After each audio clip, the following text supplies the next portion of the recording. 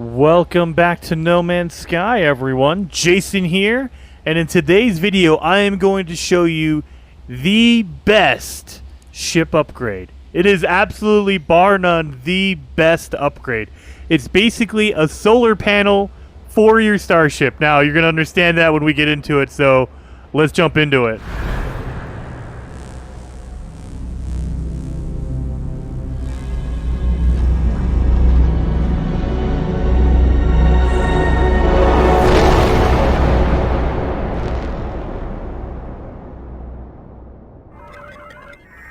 So, in order to find this upgrade, you're going to need to go to the Space Anomaly, okay?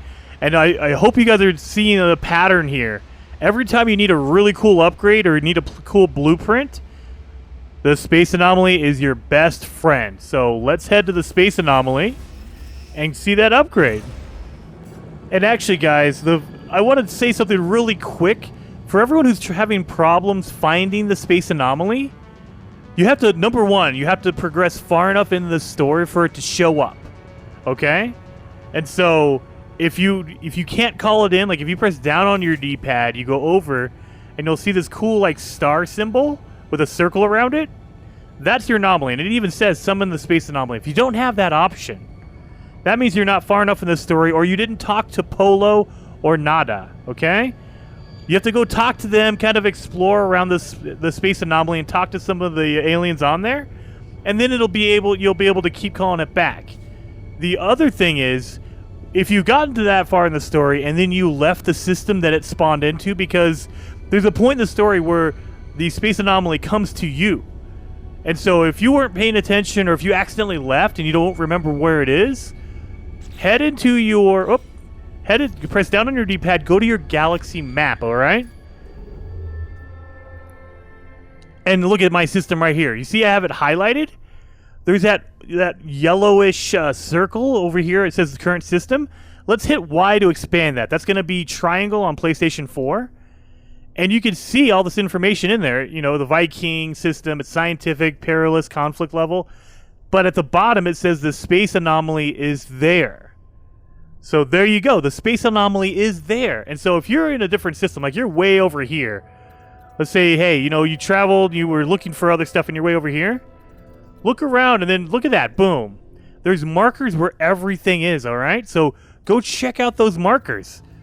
Because I'm willing to bet you can go to that star system and when you look at it, it'll say, hey, look, the Space Anomaly is here.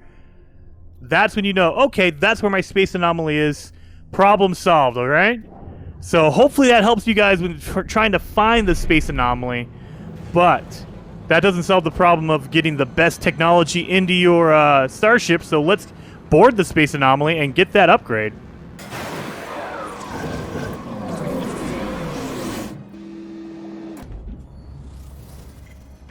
So once you've landed, we're always, you go to the back, no matter where you land, and it could be random where you land, but the key is, go to the back of the anomaly. That's where all of your upgrade centers are. All your upgrade terminals, they're on the back over here, okay? So run up here past everybody. Boom, boom, boom. And now once you've gone to the upgrade center right here, the starship upgrades are going to be on the left. You see this cool kiosk with the starship symbol up here? This is the cool guy you want to talk to. Hyperion. He's your starship research guy. Every starship is special, an invitation to explore the stars. All right, research those upgrades. Now, in this save, I already have it unlocked, but here I'm going to show you guys the tree, okay? Now, all of these upgrades, they take nanite clusters, so you're going to want to save them up, and you're going to need a lot, actually, because if I remember correctly, the launch system recharger, the upgrades you want to get, this bottom one down here, that one is 420 nanite clusters, I believe. It's 400 something. So future Jason's gonna know the answer to this.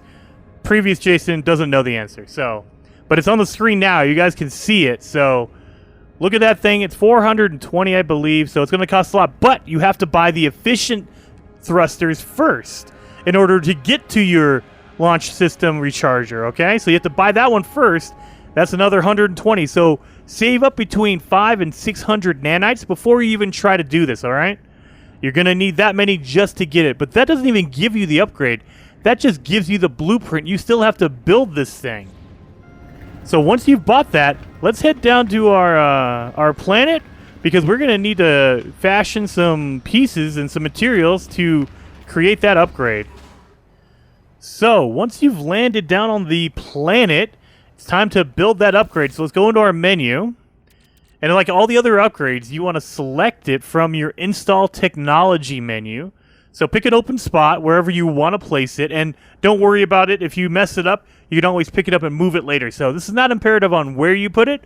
I always like to clear out a spot and put it where it needs to be, but you don't have to do that. You can move it later. But you go down to it, and you're going to have in the bottom menu, it's an S-class upgrade, which is awesome. And it's going to take 5 antimatter, 2 cobalt mirrors, and 2 wiring loom. Okay? Now, you should have the antimatter blueprint by now. So you should be able to make that on your own. The cobalt mirror, you might have, you might not have. So if you need any of these materials, number one, find a miner settlement. They sell all kinds of upgrade pieces for you. And if you can't find a miner settlement, you can go to space stations and look in the kiosks to see if there's any upgrade materials in there. And you can also talk to different pilots, either at a space station or a trading post. But me personally, I never have any luck with that. Usually, 9 times out of 10, they'll just have the regular materials like, cobalt and things like that. Oxygen. They'll have those things, but they won't have like a cobalt mirror. And so it's weird for me. I don't know. Maybe I'm just unlucky, but generally they don't have them. So whatever you need to do, make sure to get those pieces because this is totally worth it. So with all that being said, let's place the upgrade. Now I want to go back. Once you place the upgrade, you'll see it's blinking blue. That means it's not actually installed. It's just there. You still need to put the pieces into it to install it. So if you go into it again, it'll say, hey, do you have 2 cobalt mirrors? Yes, I do. Of course I do. Do you have 5 antimatter? Yeah, of course. Here you go. And then, do you have 2 wiring loom? Yes. Here you go. Take it. So now I've placed all 3 of those in there. All the items I needed in there. So now I have it. So boom. There you go. It's right there. And, let me get in there real fast. And the best part about it is it gels with the launch system and the efficient thruster, so you want them to be touching.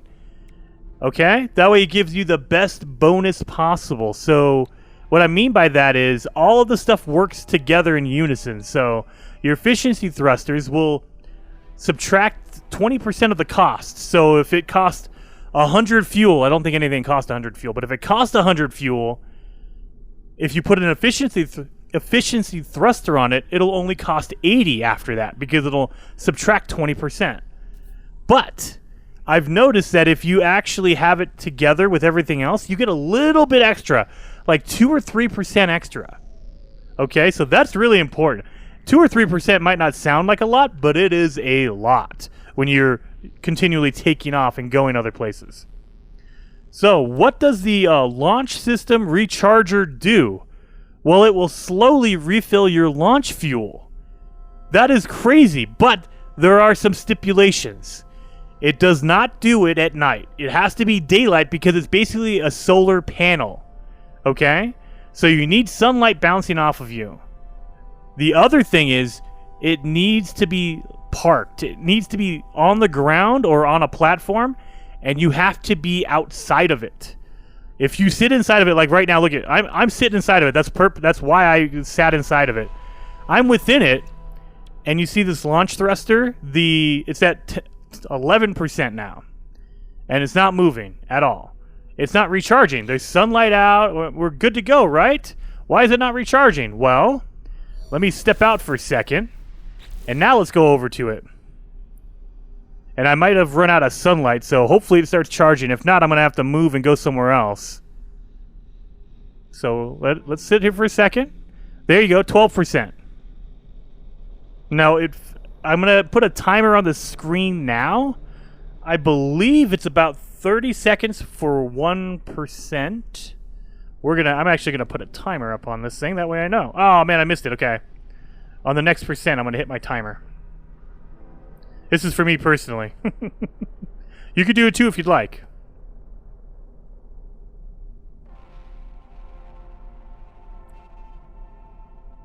So there we go at 14%.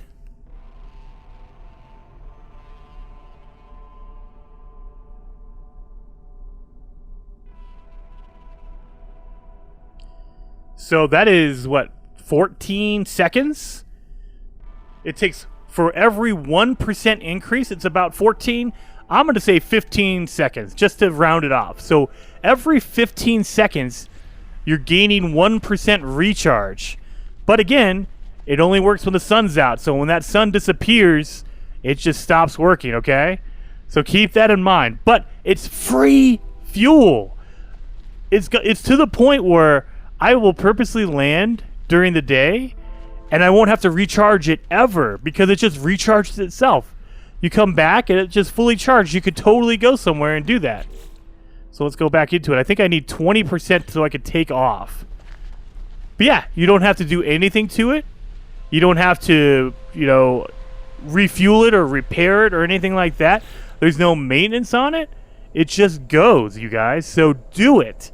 Automatic recharging enabled. Done. So that's mind-blowing to me.